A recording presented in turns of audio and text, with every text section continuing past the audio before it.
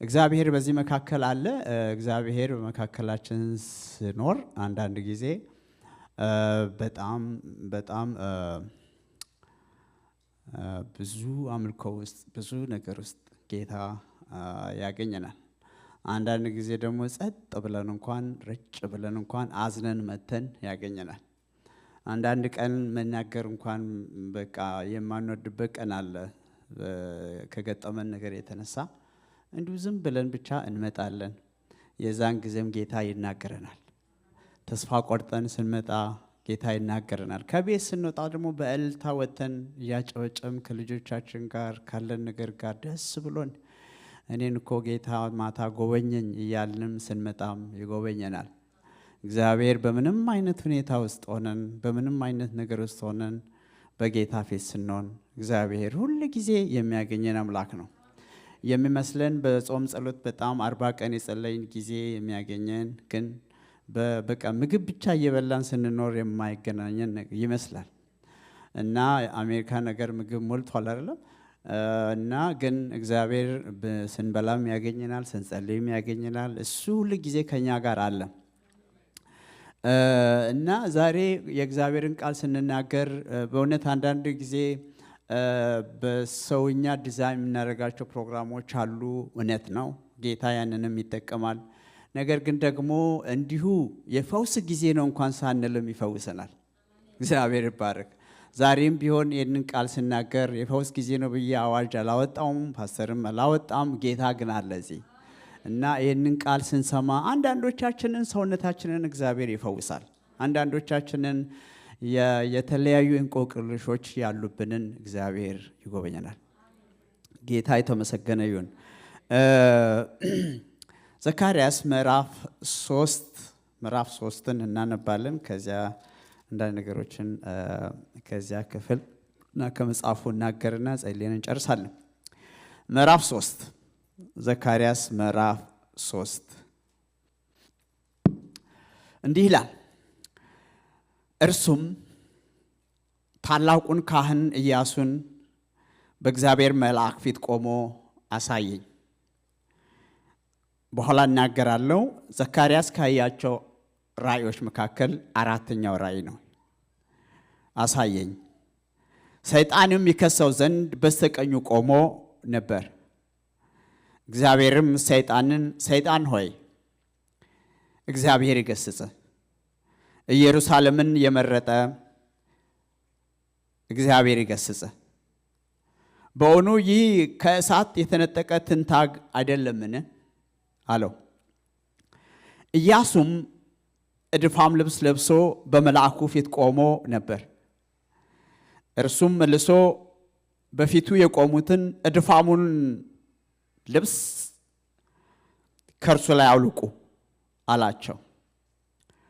እርሱንም እነሆ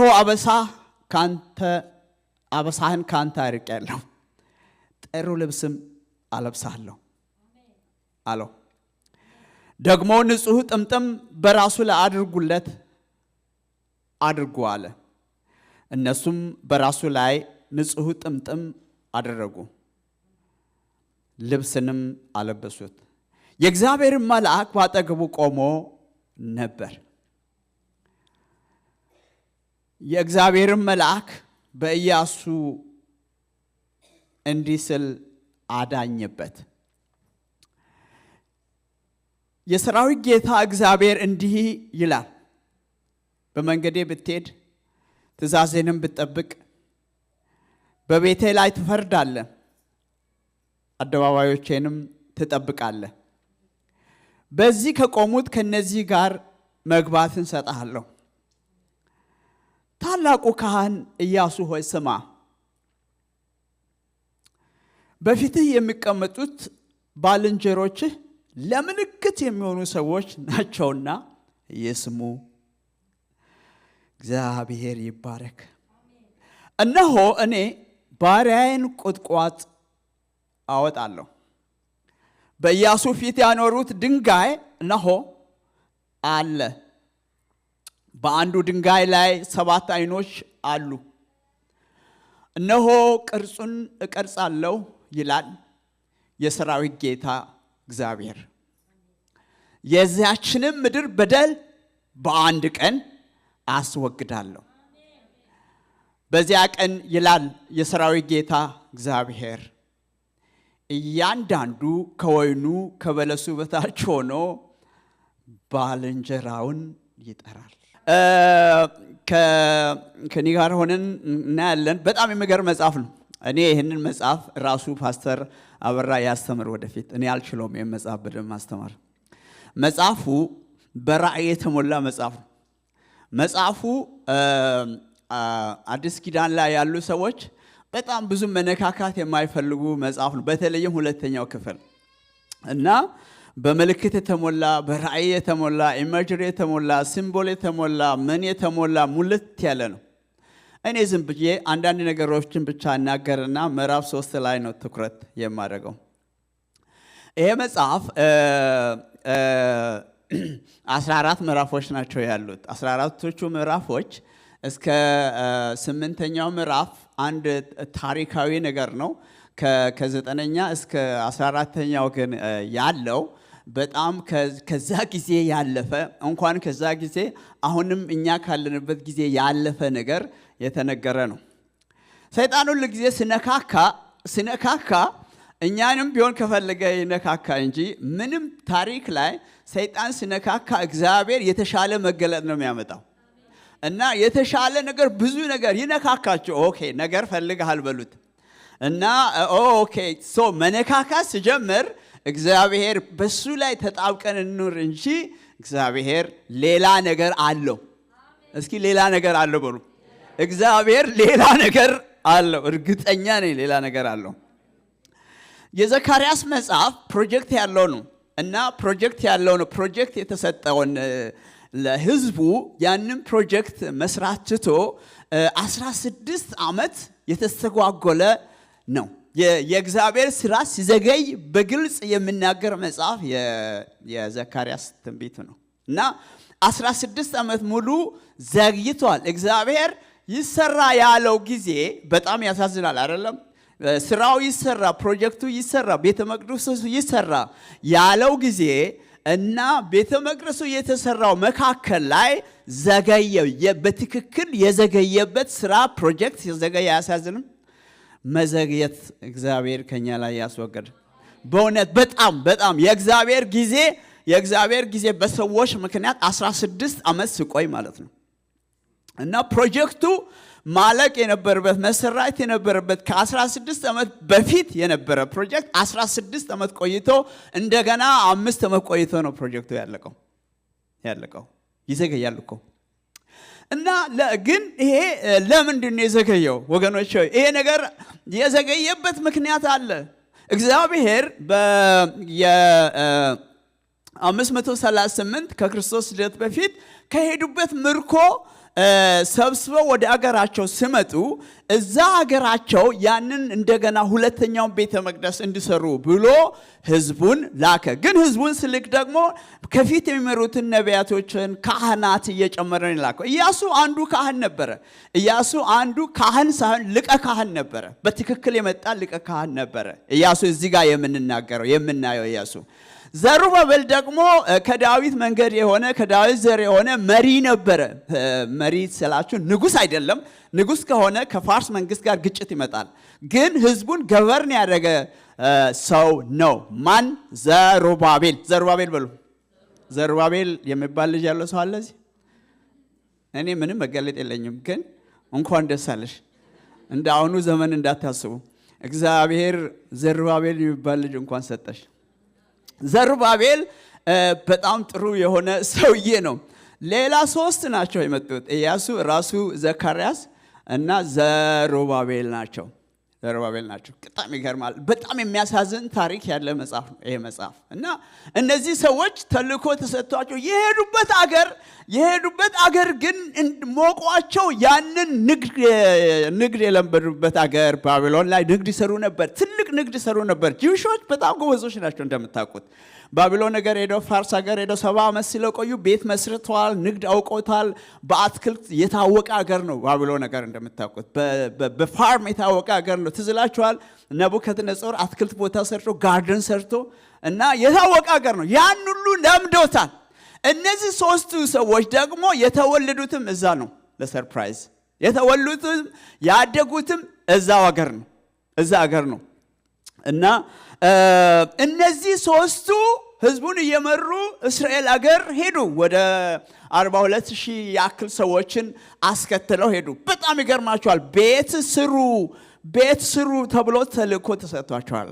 እና ያንን ቤት ሊሰሩ ነው የሄዱት። ግን ሲደርሱ ነገሩ እዚህ አልነበረም። ወገኖች ሆይ እኔ መልእክት አለኝ ዛሬ መልእክት አለኝ። ይኸውላችሁ አንዳንዶቻችን ግራ ገብቶን ሁኔታ ከብዶን ማገልገል ሲገባን በአካሉ ውስጥ በቃ ውስብስብ ሆነብን የተቀመጥናለን አይደል? የጠላት ውጊያ በዝቶብን ከምናስበው በላይ እኮ ነው። አንዳንድ ጊዜ ከምናስበው በላይ ሆኖብን ቁጭ ያልናል። አንዳንዶቻችን ደግሞ yes we are working ግን እዛ ስር ነው ያለነው፣ ፊቱን ነው ያለነው፣ ግን ደክሞናል እስቲ። አንዳንዶች ደግሞ ነገሩን ይፈልጉታል፣ ግን ከአቅማቸው በላይ ሆነዋል። ግን ይሄ ነገር መቀጠል ያለበት ነገር ነው። መቀጠል ያለበት ነገር ነው። ይቀጥላል እንበል አንድ ላይ ድገሙ እስኪ። አሁንም ጮክ በላችሁ ይቀጥላል በሉ እስኪ። ከኋላ ይቀጥላል በሉ። ይቀጥላል። ዛሬ እግዚአብሔር ይቀጥላል ነው። ዛሬ እግዚአብሔር ሪጋርድለስ ምንም ይሁን ምንም ይቀጥላል ነው። መጀመሪያ ላይ ሲጀምር መልእክቱን እንግዲህ እነዚህ ሰዎች በፖለቲካል ኦፖዚሽን፣ ከውጪ ኦፖዚሽን፣ በውስጥ ካለው ድካም ሁሉ ነገር ተወሳስቦባቸው እርግፍ አደረጉና የእግዚአብሔር ቤተ መቅደስ ስራ ጊዜ አሁን አይደለም አሉ። እግዚአብሔር ግን አሁን ነው እያለ ነበር እና አሁን አይደለም ብለው አስቀምጠውት እነሱ ወደ ራሳቸው ቢዝነስ ሄዱ። አንዳንዶች በጣም ሰክሰስ አድርገዋል በቢዝነሱ። አንዳንዶች በጣም ተሳክቶላቸዋል። አንዳንዶች ደግሞ አልተሳካላቸውም። አንዳንዶች ግን የሰበሰቡትም እየተበተነባቸው ነው። ለምን? ዋናውን ፕሮጀክት ተውታል። ሀጌንን ነው የሚናገረው። ቀዳዳ ኪስ ውስጥ ታስገባለህ የሚለው እሱን ነው። መጣና ከህዝብ ነው የሚጀምረው። ምዕራፍ 1 ላይ ስትሄዱ ምዕራፍ 1 እዛው መጽሐፋችሁን እንደከፈታችሁ ያዙት። ምዕራፍ 1 ላይ ስትሄዱ በዳሪዮስ በሁለተኛው ዓመት በ8ኛው ወር የእግዚአብሔር ቃል ወደ አዶ ልጅ ወደ ባራኪዮ ልጅ ወደ ነቢዩ ወደ ዘካርያስ እንዲህ ሲል መጣ።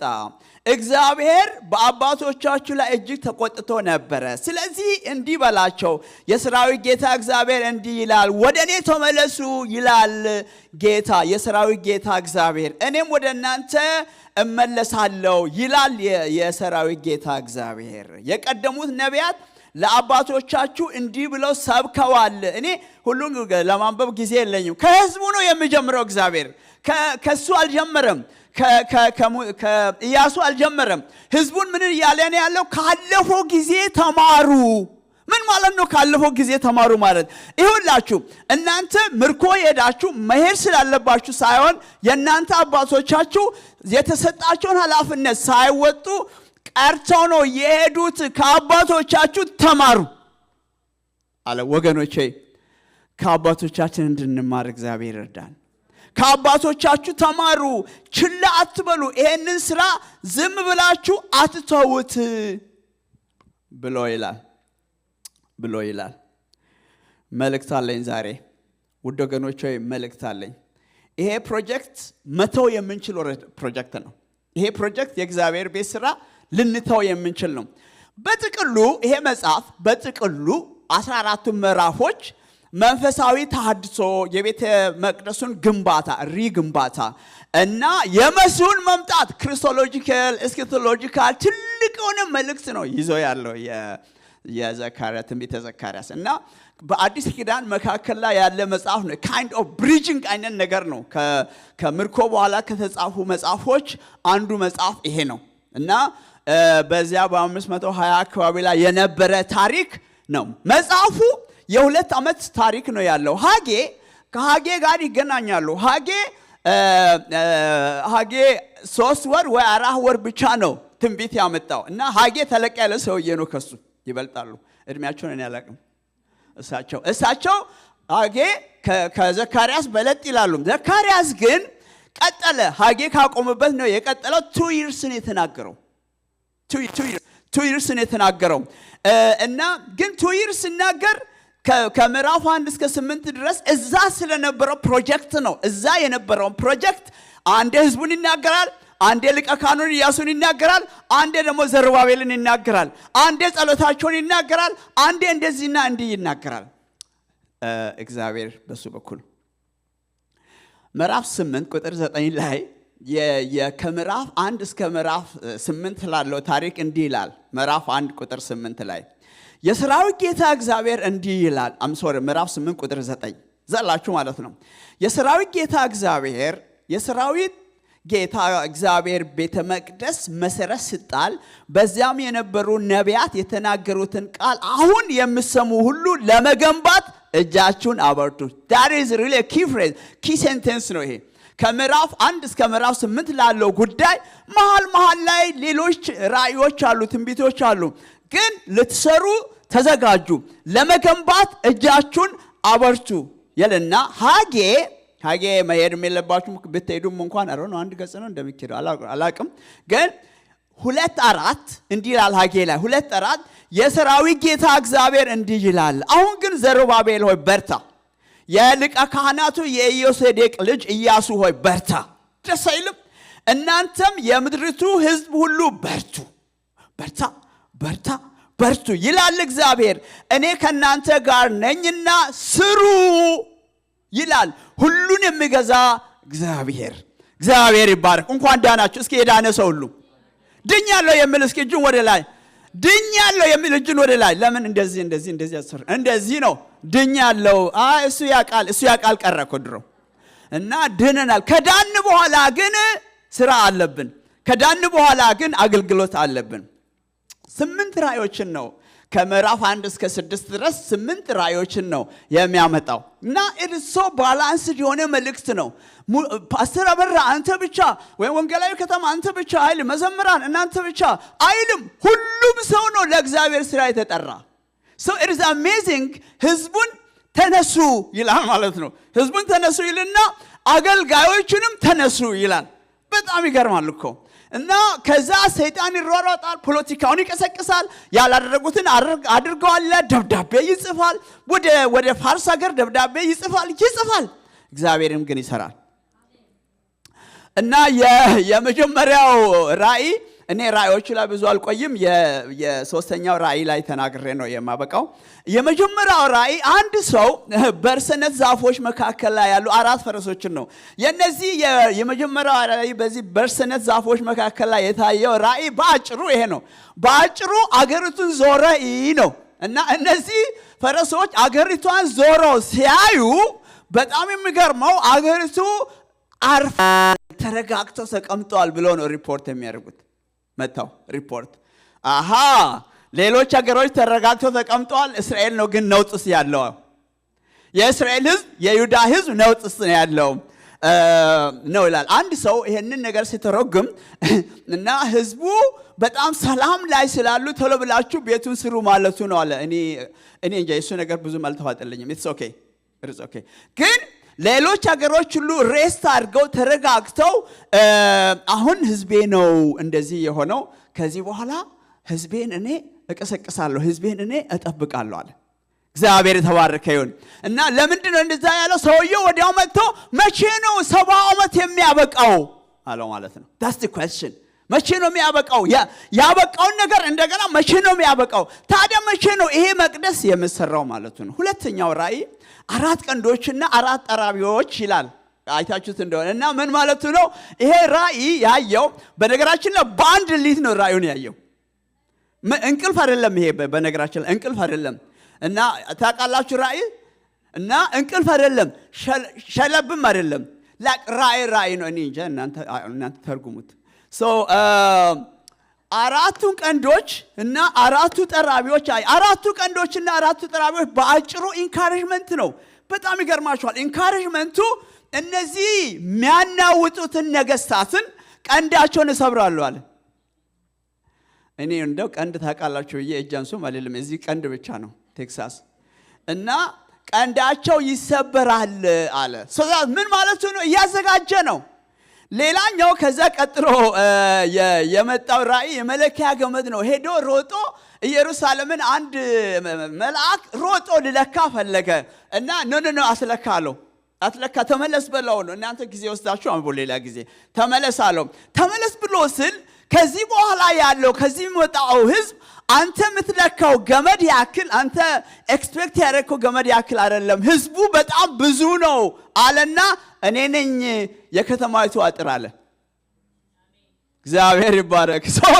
ሰው እንደሱ አታስብ፣ የከተማይቱ አጥር እኔ ነኝ አለ። ይሄንን ምዕራፍ 2 ላይ እግዚአብሔር የተናገረ ነገር ነው። በነገራችን ላይ ይሄ በጣም ትልቅ የኤስኬቶሎጂካል ኮንቴንት ያለው ወደፊት ስለሚሆነው ነገር ሁሉ ደብል የሆነ አንዳንዱም ትሪፕል የሆነ የሚናገር ራእይ ነው። የሶስተኛው ራእይ ነው እሱ። አራተኛው ራእይ የታላቁ ካህን የኢያሱ መንጻት ነው። እሱ ላይ ነው እኔ ከዚህ ቀጥሎ ያሉት የወርቅ መቅረዝ ሁለቱ የወይራ ዛፎች ስለ ኢያሱና ስለ ዘሩባቤል እንደገና እዛ አገር ላይ እንደሚሰሩ የሚያሳይ ሌላ ራእይ አለ። አምስተኛው ከዛ የሚበርር ጥቅል መጽሐፍ ራእይ አለ። ይሄ ምዕራፍ 5 ላይ ነው ያለው። ይሄ ደግሞ ፍትህን ስለማምጣት ነው። በዛ መካከል በዛ አገር ላይ ፍትህ ያስፈልጋል የሚል ሚኒንግ ያለው ነው። እዛ አልቆይም። ሌላው ኃጢአተኛን የሚያስወግድ ራእይ አለ። በቅርጫት በእፍ ውስጥ ያለችው ሴት የሚለው ወደ ባቢሎን አውጣ፣ እናንተ መካከል ላይ ምንዝርና አያስፈልግም፣ እናንተ መካከል ላይ ጥንቆላ አያስፈልግም፣ እናንተ መካከል ላይ ኃጢአት አያስፈልግም ብሎ የመጨረሻው አራቱ ሰረገላዎች አራቱ የኃያላን የጦር ሰረገላዎች ከአሕዛብ ላይ እግዚአብሔር የመጨረሻ ፍርድ የሚያመጣበት የተናገረው ነው። ወደ ሶስተኛው ላይ ወደ አራተኛው ራእይ ላይ እንመለሳለን። እንደምታውቁት በየዘካርያስ መጽሐፍ አዲስ ኪዳን ላይ ራሱ ብዙ ቦታ እየተጠቀሰ ነው። እኔ ያን ሁሉ ነገር መጥቀስ አልችልም። 30 ብር ስለመሸጥ በአህያይቱ ላይ ኢየሱስ ክርስቶስ ስለመሄድ ዘካርያስ መጽሐፍ ውስጥ ነው ያለው። ዘካርያስ መጽሐፍ ውስጥ ነው ያለው። እሺ ምዕራፍ 3 ከዚህ በኋላ በዚህ ይሄኛውን አላነብም። በዚህ ላይ ያለውን ነገር ነው ያየው ሄደው። እኔ ርዕስ ለመስጠት ሞከርኩ። ቅድም ያነበባችሁትን ክፍል ስናነብ እናንተ ለኔም ይሁንኝ ርዕስ ይሄ ነው፣ ዛሬ እግዚአብሔር የሚናገረኝ ርዕስ ይሄ ነው ብላችሁ ማውጣት ትችላላችሁ። እኔ ምን አልኩኝ? እንደ ጠላት ሐሳብና እቅድ አላደረገውም ነው። እና እንዲህ ዝም ብዬ ርዕስ ልስጥ ካልኩም አይ ቲንክ ርዕስ መስጠትም ትችላላችሁ፣ ኮንቴንቱን ዝም ብላችሁ መከተልም ትችላላችሁ። እንደ ጠላት ሐሳብ መዝሙር ይመስላል፣ ግን መዝሙር አይደለም። እንደ ጠላት ሐሳብና እቅድ አላደረገውም። ወይ ደግሞ እግዚአብሔር እንደገና ይቀባል፣ እግዚአብሔር እንደገና ያስነሳል ነው። እነዚህ ነገሮች እናንተ ማለት ትችላላችሁ። እሺ በዚህ አራተኛው ራእይ ውስጥ የሚሰጠው ዋናው ነገር የእግዚአብሔር ጸጋ፣ እግዚአብሔር እንደገና ሰውን እንደሚያስነሳ፣ እግዚአብሔር እንደገና እንደማይጥል፣ እግዚአብሔር እንደገና ወደፊት እንደሚገፋ ነው። ዛሬ እዚህ ወደ ኋላ የቀራችሁ ሰዎች ወደፊት እንድትመጡ ነው መልእክቴ። ዛሬ መንፈሳዊ ተሐድሶ ሲኖር ሁሉ ጊዜ የፊዚካል ተሐድሶ ይኖራል። ፊዚካል ተሐድሶ ሊኖር ሰው በጣም ህይወቱ ካልተነካ በስተቀር ገንዘቡን እንኳን በትክክል አይሰጥም። ብሰጥም እየተናደደ ነው የሚሰጠው እና ግን መንፈሱ የተነካ ህይወቱ የተነካ እግዚአብሔር የተናገረ ሰው ቤት ስራ ሲባል አይከብደውም። አይመስላችሁም? ቀደም ብሎ ህይወቱ የለሰለሰ ከሆነ ቤት ልሰራና ገንዘብን ሲባል አይቆጨውም። ሰጥቶም አይቆጨውም። ያለፉት 3 ራእዮች ውጪ ነገር ላይ ነው። በደም ስሙኝ። ውጪ ነገር ላይ ነው። ህዝቡን ያሳያል። ህዝቡን እኔን የማሸንፈው ይላል አይደለም። ጠራቢውን ያመጣል። ጠራቢው ቀንዱን ይሰብራል ይላል። ከዚህ በኋላ ሊዋጋ አይችልም ይላል። ይመጣና አሁን ኢያሱ ጋር ሲደርስ ቁጥር 1 አዲሱ መደበኛ ትርጉም ነው። እርሱም ሊቀ ካህኑን ኢያሱን በእግዚአብሔር መልአክ ፊት ቆሞ ሰይጣንም ሊከሰው በስተቀኙ ቆሞ አሳየኝ። እግዚአብሔርም ሰይጣንን አንተ ሰይጣን እግዚአብሔር ይገስጽ፣ ኢየሩሳሌምን የመረጠ እግዚአብሔር ይገስጽ፣ ይህ ሰው ከእሳት የተነጠቀ ትንታግ አይደለምን አለው። እና ፍርድ ቤት ኮርትሩም ነው። ኮርትሩም እስኪ አስቡ፣ ተከሳሽ በሌለበት ተከሳሽ በሌለበት ኮርቱም ላይ ተቀርቦ ተከሳሹን ያ ሰውዬ እኮ እንደዚህ አርጓል እኮ እንደዚህ አርጓል እኮ እንደዚህ አርጓል እኮ ስባል ግን በጣም የሚገርመው የተከሳሽ ጠበቃው ሬዲ ነበር እዛ ከኛ ጀርባ ያለው ማአት እኮ ነው የሚካሄደው እና ኢያሱን አኪዩዝ ያደርገዋል መጽሐፍ ቅዱስ ዴቪልን አኪዩዘር ነው ከሳሽ ነው ማለት ወገኖቼ ከጀርባችን ስንት ክስ እንዳለ ታውቃላችሁ አንዳንድ ጊዜ እውነት እኮ ነው የኢያሱ ውሸት አይደለም የኢያሱ ሊቀ ካህኑ ኢያሱ በቃ ፍረስትሬትድ አድርጓል ፍረስትሬትድ ያደርገው ፖለቲካው ሶሻል ላይፉ ምኑ ህዝቡም የሆነው ነገር ወደ ቤተ መቅደስ አይመጡም ወደ ቤተ መቅደስ አያመጡም ይሄ ሁሉ ነገር ደክሞታል ያንን he is not worthy ተገቢ አይደለም ሊቀ ካህን ሊሆን አይችልም እያለ ነው ሰይጣን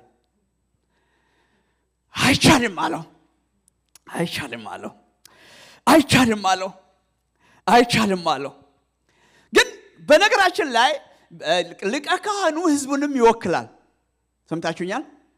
ሰምታችሁኛል ሊቀ ካህኑ ህዝቡንም ይወክላል ባል ቤት ይወክላል ቤተሰብን በሙሉ እኮ ነው የሚወክለው እና ቸርችን የሚወክሉ መሪዎች እኮ አሉ ይሄ ሰውዬ ሊቀ ካህን አንዳንድ ጊዜ ህዝብ ይወክላል እግዚአብሔር እስራኤልን አንዳንድ ሲንጉላር ነው የሚጠራው አንተ ትልለዋል የኔ ነኝ ይለዋል ሙሉ ያደርግና አንድ ይሄን ሰውዬ ከሰሰው እኔ በጣም ዲዛይን ያደረኩ ነበር ምን አይነት ኮርት ሩም ነው ብዬ እና ምን አይነት ኮርት ሩም ነው ሩሙ እና ግን በጣም የሚገርመው ይሄንን ክስ ስከስ ይሄ ሰውዬ ክሱን የሚቀበለው ሰው ምን አለው አይሆንም አለው እግዚአብሔር ይባረክ እስኪ አይሆንም እንበል አይሆንም አለው ይህ ሰው ከእሳት የተነጠቀ ትንታግ ነው አይሆንም አለው አይሆንም እግዚአብሔር ይባረክ አይሆንም አለው እና አይሆንም ይሄ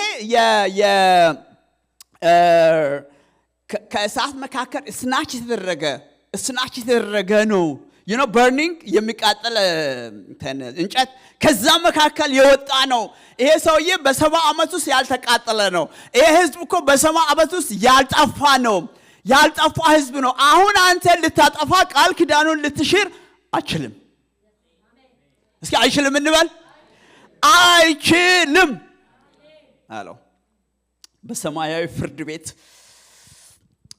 ቤት እግዚአብሔር ይባረክ ህልም ለሰው አይታችሁ ነግራችሁ የምታውቋላችሁ ራእይታችሁ ተነግራችሁ የምታውቁ ሰዎች አላችሁ ጥሩ እኮ ነው ቤት ነግሯቸው ጥሩ እኮ ነው it's not bad ማታ እኮ ስላንተ አየው እና አይቼ እንዲና እንዲ ነበር መጥፎም ነገር ቢሆን ቀባብታችሁ እና እንዲና እንዲ ነው እኮ ጥሩ እኮ ነው ግን እኔ አሁን ፖዚቲቭ ነው የምለው ዘካርያስ ለኢያሱ መጥቶ ማታ እኮ ኢያሱ አየው ያለው ነው መስለኝ ምን አየ ተቃልብ በሰማይ ራእይ አየው በምሽት እኮ ነው ያየው ምን ሲሆን አንተን እዛ አቁሞ አንተ በሌለበት ሰይጣን ይከሳል አለ ለጌታ ጭብጨባ እንስስኪ እኔ በጣም ተደስቻለሁ ለምንድን ነው ከኔ ጀርባ ለከተከራካሪ አለ ሃሌሉያ ክብር ለጌታ ይሁን እስኪ ጭብጨባ እንስ ለጌታ ከኔ ጀርባ ለከተከራካሪ አለ ያጣፈው ጥፋት እኮ የታወቀ ነው ጥፋት እኮ አድርጓል ተስፋ ቆርጧል ኢያሱ አይደል አንዳንዴ በጣም ስንጾም 21 ቀን ነው እኛ ጋር ምንጾም እና ስንጾም የዛን ሰሞን እሳት ላይ ነን እኛ ከዛ ደግሞ ትንሽ ስንቆይ ማክሰኞ ሌላ ነን ጌታ ሆይ ተባረክ አንተ ሌላ ማን አለ አርብ ሌላ ነን የማይሞቀው ጌታ በቃኛ ስንወርድ የማይወርድ ስንወጣ የማይወጣ ያው የሆነው ጌታ አሁንም ከኛ ጋር የሚከራከር ጌታ አለ በጣም የሪቹዋል ዲፋይልመንት ያለበት ችግር ያለበት ጊዜ ነው አጠቃላይ ነገር እንዳፈርዱ ኢያሱ ላይ እንዳትያዙ ከጥፋት ማምለጣቸውን ሳይ ነው በለዓም አንድ ጊዜ በላቅና በለዓም ህዝቡን እንረግማለን ብለው እቅድ አወጡ እና በጣም የሚገርመው ዘኍልቍ 22 ከ9-12 ላይ እንዲህ ይላል እግዚአብሔርም ወደ በለዓም መጥቶ እነዚህ በአንተ ዘንድ ያሉ ሰዎች እነማን ናቸው ብሎ ጠየቀው ማለት ነው እነማን ናቸው አለ በለዓምም እግዚአብሔርን የሞዓብ ንጉሥ የሴፎር ልጅ ባላቅ እነሆ ከግብፅ የወጣ ሕዝብ የምድርን ፊት ሸፈነ አለ። ይሄ ቸርች እያደገ ነው እና ሸፈነ። አረ ሕዝብ እየበዛ ነው። አሁንም ና እርሱንም እርገምልኝ፣ ምናልባት እወጋው አሳደውም ዘንድ እችል እንደሆነ ምናልባት ደስ ይላል ብሎ ወደ እኔ ልኳል አለው። ቁጥር 12 ላይ እንዲህ ይላል፣ እግዚአብሔርም በለዓምን ከእነሱ ጋር አትሂድ፣ የተባረከ ነውና ሕዝቡን አትርገም። አያውቁም እኮ እነሱ። እግዚአብሔር የተባረከ ይሁን።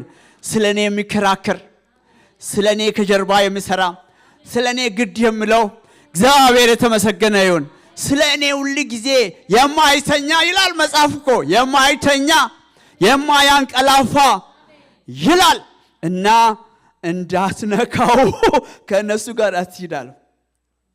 አትሂድ ብቻም አይደለም፣ አትሂድ ብቻም ሳይሆን ይሄ ሕዝብ የተባረከ ነውና ሕዝቡን ልትረግም አይችልም። ይሄ ቤት ያቀደውን ነገር ሊከለክል ሰይጣን አይችልም። እግዚአብሔር ይባረክ። ተስፋ ብንቆርጥ ሳናምን ስንቀር በየቤታችሁ ግራ ብትጋቡ ከጀርባችሁ ጌታ ስለ እናንተ አለ። ስንት ሰው ወደ ላይ አለ በሉ እስኪ። አለ ከኔ ጋር አለ በሉ እስኪ። ከኔ ጋር አለ፣ ከኛ ጋር አለ በሉ እስኪ። ከኛ ጋር አለ። ኢየሱስ ጌታ ነው። ኢየሱስ ክርስቶስ ጌታ ነው። ከኔ ጋር አለ፣ ከኛ ጋር አለ። የማይወርድ ጌታ አለ። ብሎ ወጥቶ ነበር። ምንድን ነው የሚባለው? ጦሩን አሰባስቦ አይዞ ምለባይ መልካም ቀን አስቦ እንደ ሰው አይደለ ብለን ያዘምለት እንደገና ቆመ በብዙ በረከት።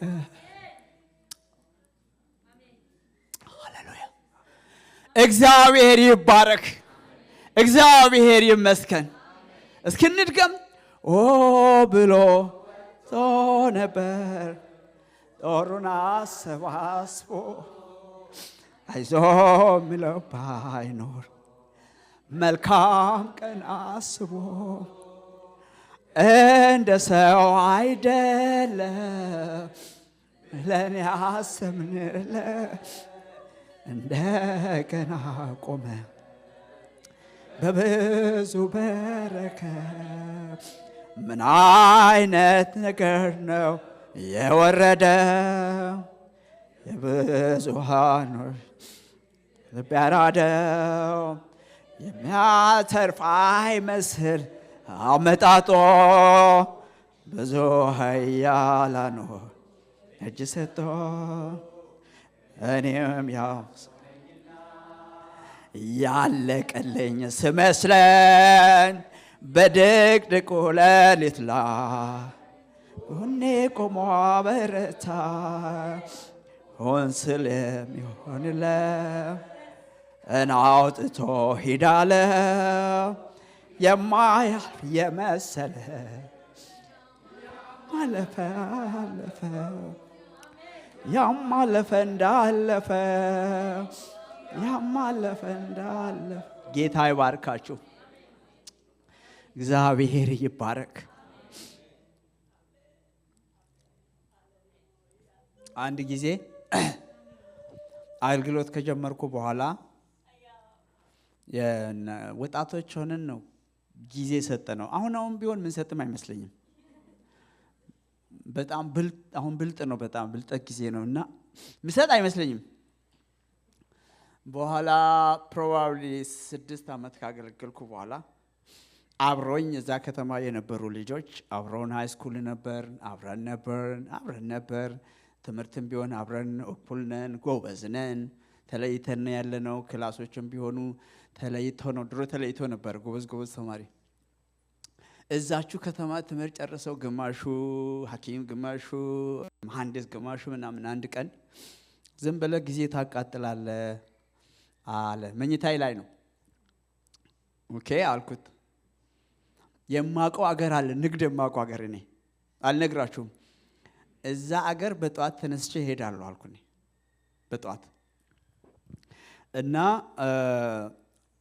እዛ ሄጄ በቃ ምን ችግር አለ ከዛ ማታ ወደ 10 እዚህ አገር 10 PM ላይ ተኛው ተከራይቼ ከእቴ ጋር ነው የምኖረው ለሊት ላይ ሰውነቴ እንደ እሳት አቃጠለ ማለት ነው ለሊት ላይ የሌለ ነገር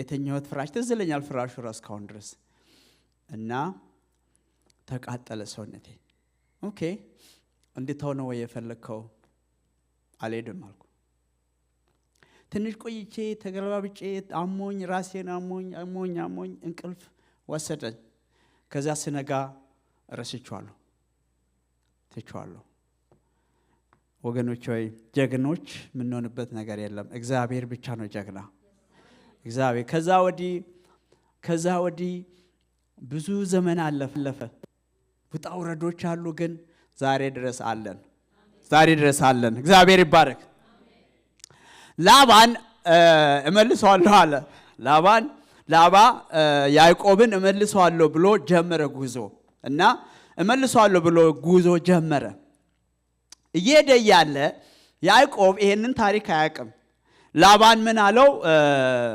እግዚአብሔር ያዕቆብን ብትነካ ተጠንቀቅ ዋ ጨምራችሁን ኮነ ጨምሩኝ እንጃ ግን ዋ ይላል to be honest እኔ አላነበብኩም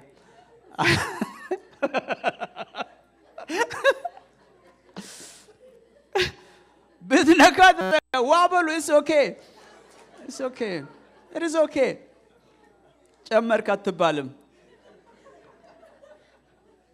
እግዚአብሔር ይባረክ ጌታ ይባረክ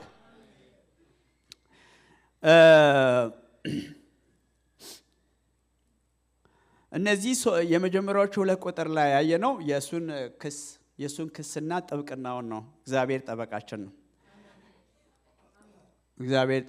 ነው ጠበቃ ነው ይላል ዮሐንስ ከ3 እስከ 5 ባለው ክፍል ውስጥ እንደገና እግዚአብሔር በከሳሹ ፊት ሲያስታጥቀው እናያለን እንዲህ ይላል ኢያሱም በአዲሱ መደበኛ ትርጉም ነው ቅድም በድሮ ትርጉም ነው ያነበብኩት ኢያሱም ያደፈ ልብስ ለብሶ በመልአኩ ፊት ቆሞ ነበር መልአኩም ከፊቱ ቆሞ የነበሩትን ያደፈ ልብሶችን አውልቁለት አላቸው ኢያሱንም እነሆ ኃጢአትህ ካንተ አስወግጃለሁ ጥሩ ልብስም አለብስሃለሁ አለው እኔም የምለው በነገራችን ላይ ንጹህ ጥምጥም በራሱ ላይ አድርጉለት አሉ የእግዚአብሔርም መልአክ ባጠገቡ ቆሞ ያለ ንጹህ ጥምጥም በራሱ ላይ አደረጉለት ልብስም አለበሱት እኔም የምለው እኔ ሳነብ ራሱ ዘካርያስ ነገሩ ላይ ተባበረ ቶሎ ለውጡለት እንጂ ቶሎ በሉ እንጂ ተነግሮታል እና አይደለም ልትከሰው ነው እንዴ ወይስ ልትቀባ ነው የሄድከው ሰይጣን እና ኢያሱ እንዲቀባ ፕሮቮክ ልታረቅ ነው የሄድከው ወይስ ሪሊ ኢያሱ ያጠፋውን ጥፋት አምጥተህ ልታጠፋ ነው እግዚአብሔር ይባረክ ከጌታ ዘንድ የትም ንቅንቅ እንዳትሉ ወደ ኋላ የምትሉ እንኳን ቢሆን እምነታችሁ ከጌታ ጋር ጠንካራ ይሁን በጠላቶቼ ፊት ለፊት ምን ይላል ራሴን በዘይት እያየ ከሳሹ እዛችሁ እያየ ተወግዷል ብሎ ብቻም ሳን እንደውም ጥምጥም አርጉለት ክሊን የሆነ ጥምጥም አርጉለት የዘሌዋውያን ሕግ ነው 21ኛው ምዕራፍ ላይ እና ንጹህ ጥምጥም ማድረግ አለበት ንጹህ ልብስ መልበስ አለበት እና ወይ ጎድ በጣም ይገርማል እኮ ወገኖቼ በጣም ይገርማል በፊቴ ገበታን አዘጋጀህልኝ በጠላቶቼ ፊት ለፊት ራሴን በዘይት ቀባ የለና ጽዋዬም የተረፈ ነው በጣም ፕራክቲካል ነገር እኮ ነው ሰይጣን እዚህ ይሄ ሰውዬ ይውረድ እያለ ነው እኮ ይሄ ሰውዬ ይውረድ እያለ ነው ሰላማዊ ሰልፍ እግዚአብሔር ደግሞ የነገር ሁሉ ባለቤት እኔ ነኝ ኃጢአቱን ከሱ አስወግጃለሁ ባለመብት ስለሆንኩ እኔ አስወግጃለሁ እንደውም ማስወገድ ብቻም ሳይሆን አንተ ከምትለው በላይ ይደረግለታል ልብስ ይቀይሩለታል። ክብር ለጌታ ይሁን። እስኪ ለእግዚአብሔር ክብር እንስአውንም። ክብር ለጌታ ይሁን። አስደናቂ ጸጋ ነው። ይሄ ጸጋ አስደናቂ ነው። ሰውን ወድቋል ብሎ አይቶም፣ ሰውን መዝሙር መጻፍ አትችልም ብሎ አይቶም፣ ሰው የዛሬ 5 ዓመት እየጻፈ የነበረ የተውን ዛሬ እንደገና ሊያስነሳው ይችላል። ሰባኪ የነበረ መስበክ ያቃተውን እንደገና እንዲሰብክ ያደርገዋል። እግዚአብሔር ሰውን አይተውም። እግዚአብሔር ይባረክ። ወገኖች ሆይ በጣም ኮርተን ከጌታ ጋር አብረን ነው የምንኖረው። እግዚአብሔር ድካማችንን፣ ግራ መጋባትን ምንም አይተው። አንድ ጊዜ በጣም የሚገርመኝ መዝሙር አለ። ቀደም ፓስተር ቢሮ አይቼ ነበረ።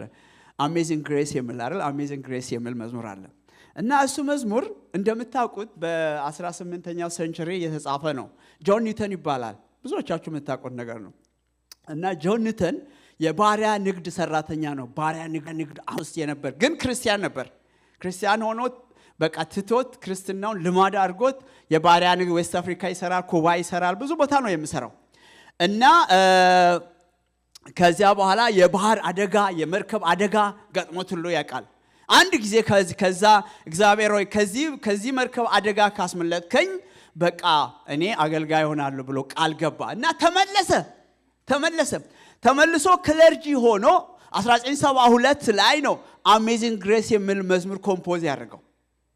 ህይወቱን እንዴት አመፀኛ ሰው የነበረውን የደከመውን ሰው እግዚአብሔር እንዴት እንደጎበኘው ሲያስብ አሜዚንግ ግሬስ የሚለውን ዛሬ ድረስ በየለቅሶ ቤቱ በየቤተ መንግስቱ በየቦታው አሜዚንግ ግሬስ የማይዘመረው ሀገር የለም። በሺህ ቋንቋዎች ተተርጉመዋል። ህይወቱ ውስጥ የወጣ ነገር ስለሆነ እግዚአብሔር ይቅር ያለው መዝሙር ስለሆነ እግዚአብሔርን የተቀበለበት መዝሙር ስለሆነ ዓለም ሁሉ ይዘምራል።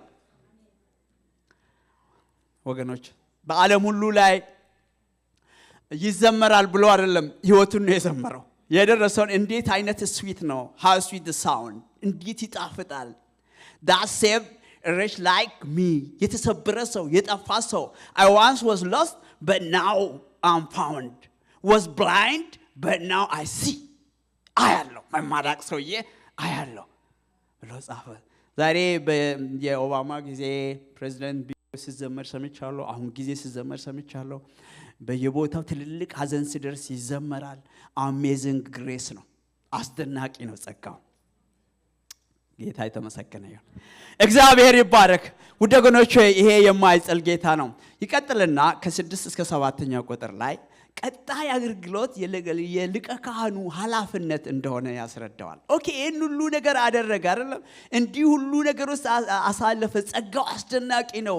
አንተ እንዳሰብከው ሳይሆን በጠላቶች ፊት እኔ ሞገስ ሰጥቻለሁ፣ ይሄውና ቀብቼው አለውና በጣም የሚገርመው አሁን 6 እና 7 ላይ ቁጥር 6 እና 7 ላይ እንዲህ ይላል። ቀጣይ የአገልግሎት የኢያሱ ኃላፊነት በሚቀጥሉት ዘመናት ምን ማድረግ አለበት? የሚቀጥሉት ጊዜያት አስፈላጊ ነው አለ እና እግዚአብሔር መልአክ ለኢያሱ ይህን ማስጠንቀቂያ ሰጠው ይላል። እግዚአብሔር እየተናገረ ነው። እግዚአብሔር እየተናገረኝ ነው የሚል ስንት ሰው ነው ያለው? አለ እዚህ መካከል አለ።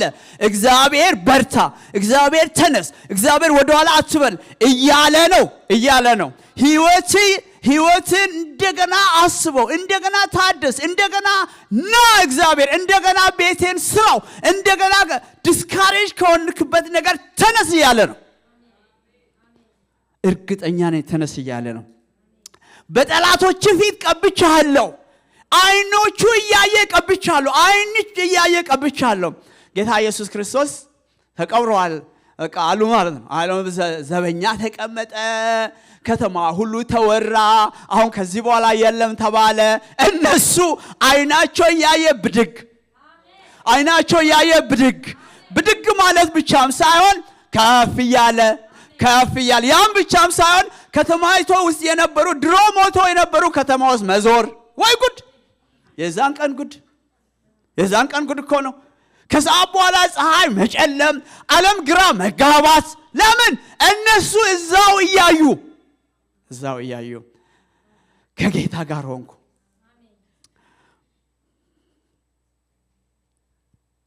የቅድሙ መዝሙር ትዘምራላችሁ እንዴ? ደቂቃ ካተረፍኩ ከራሴ ላይ ፓስተር ተዘጋጁ። እግዚአብሔር የተባረከ ይሁን፣ ስሙ የተባረከ ይሁን።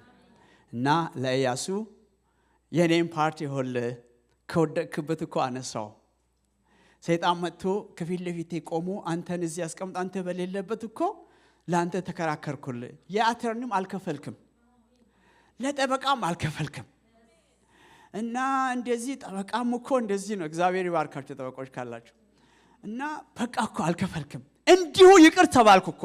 እንዲሁ ይቅር ብቻም ሳይሆን የተባልከው እንዲሁም ሳይሆን የተባልከው እንደገናም እኮ ቀባው። ደን ያዘው። የእግዚአብሔር መልአክ ለኢያሱ ማስጠንቀቂያ ነገረው ይልና የሰራዊት ጌታ እግዚአብሔር እንዲህ ይላል፣ በመንገዴ ብትሄድ ትእዛዜን ብትጠብቅ ቤቴን ታስተዳድራለህ፣ በአደባባዮችም ላይ ኃላፊ ትሆናለህ፣ በዚህ በቆሙት መካከል ቦታ ሰጣለሁ አለው። ግን ማስጠንቀቂያ ብቻም ሳይሆን እስቲል ከኔ ጋር አብረህ ቀጥል እንጂ አሁንም ቢሆን እኔ ካንተ ጋር ነኝ እያለው ነው። ቦታ ይሰጣል። አይዞ፣ እግዚአብሔር ይባረክ። አይዞኝ የኔ ወንድም፣ አይዞ የኔ እህት፣ አይዞሽ። ነገር ከብዶ ሁኔታ ልመሽ ብሎ የምትፈልገው መሆን ሲያቅት እግዚአብሔር አሁንም ቢሆን አይዞ እያለ ነው። ወደፊት ግፋበት እያለ ነው። ቤት ውስጥ አትቀመጥ እያለ ነው። ና ወደፊት እያለ ነው። ና ወደፊት እያለ ነው። ስራ አለ እያለ ነው። ፕሮጀክት አለ እያለ ነው። ወደኋላ ለምን ትቀራለህ ብሎ እንደገና እያስረዳ ነው። ወደኋላ መቅረት የለም። ምን አለ በእግዚአብሔር ቤት ውስጥ ማለት አለበት። ምንድን ነው የምትሰራው? እንደገና ኃላፊነት ተሰጥቷል ጴጥሮስን። እና ጀግና ነኝ ይላል። አረ ጴጥሮስ ጀግና፣ እኔ ነኝ ጀግና ይላል። እኔ ጀግና፣ ግድ የለም ተረጋጋ ይሏል። ተረጋጋ ኖ፣ የሁሉ ሰው ብተው አልተውህም፣ ተረጋጋ። ግን እግዚአብሔር ጸጋው ከሱ ጋር ነው ያለው።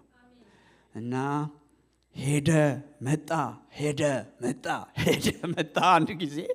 አንድ ጊዜ ወገኖች እንዲህ ያለው ጴጥሮስ ሆይ አለ፣ ከነዚህ አብለጥ ትወደኛለህ ወይ? እና ትወደኛለህ? ደግሞም እንደገና ደነገጠ። መልሱ ከባድ ነው። ወይኔ ያኔ ያልኩት ነገር ያለ ይመስለኛል እኔ። እና ፒተር ትወደኛለህ ብሎ ስለው የዛኔ ታውቃላችሁ ኧረ የፎከረው የመጣበት ነው ይመስለኝ እኔ። አንተ ታውቃለህ አለው። ወገኖች ሆይ ዛሬም ይህን ድምፅ እየሰጠን ያለው ግን ጌታ ተመልሶ መጥቶ እኮ ነው እየተናገረ ያለው። ተመልሶ መጥቶ ትወደኛለህ እና ፒተርን ኮሚሽን ይሰጠዋል። ከወደድክ አለው። እግዚአብሔር ይባረክ። እኔንም እናንተንም ጨምር በዚህ ፕሮጀክት ላይ የምንጨርስ ሰዎች እግዚአብሔር ያድርገን። በምስክር ፊት የተሻለ ነገር አድርጋለሁ አለው እና በምስክር ፊት የተሻለ ነገር አድርጋለሁ አለ። ከአዲስ ኪዳን የሚሆን የመሲሁ መምጣት ምዕራፍ ቁጥር 8 እስከ 10 ሊቀ ካህኑ ኢያሱ ሆይ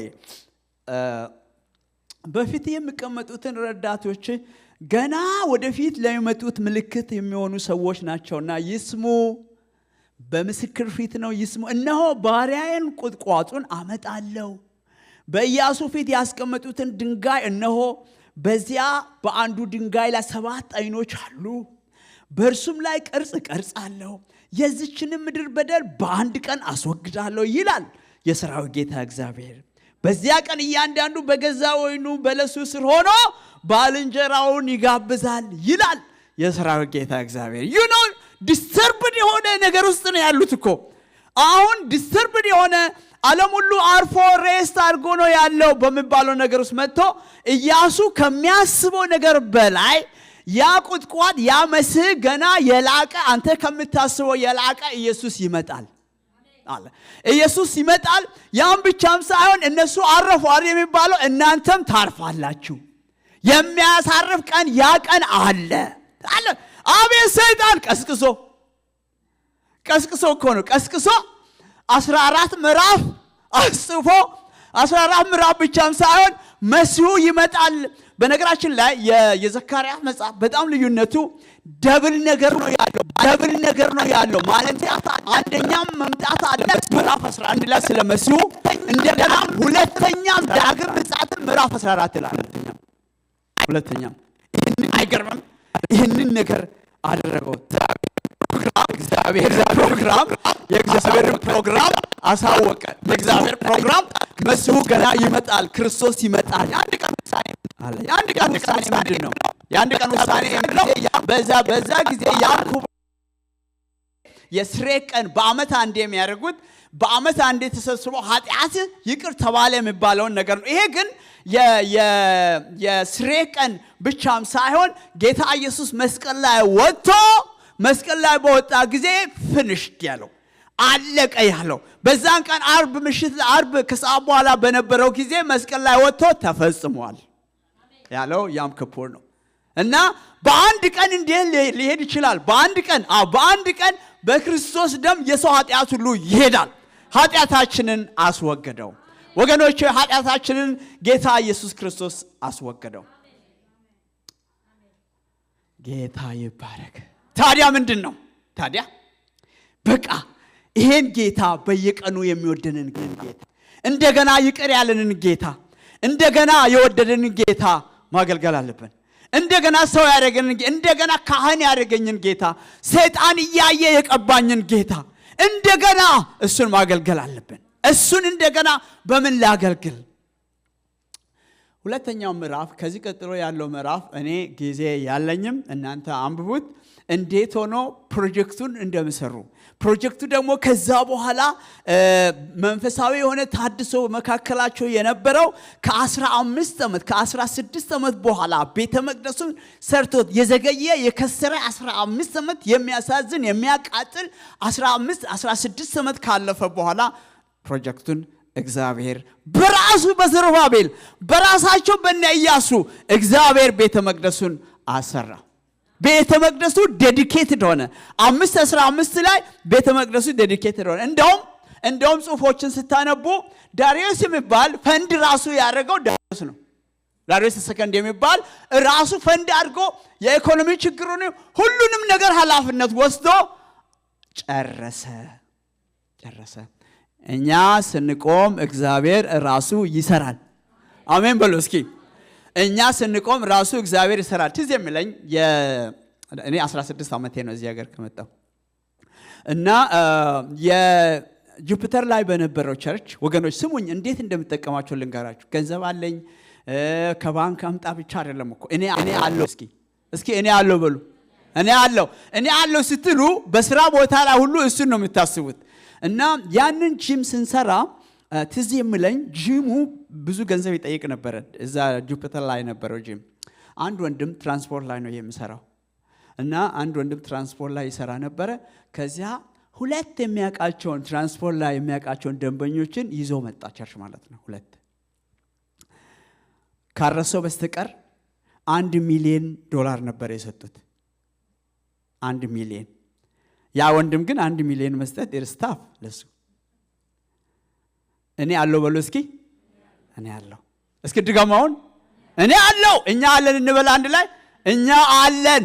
ለምን? ለፕሮጀክቱ፣ ለእግዚአብሔር ቤት ስራ እኔ አለው። እኛ አለን። ልብሽ ይቀጣጠላል፣ እግዚአብሔር ይሰማሻል። እሳት በልብሽ እየነደደ ነው፣ እግዚአብሔር ይሰማሻል። መዘመራን ወደዚህ ይመጡና ያስተካክላሉ ሙዚቃውን።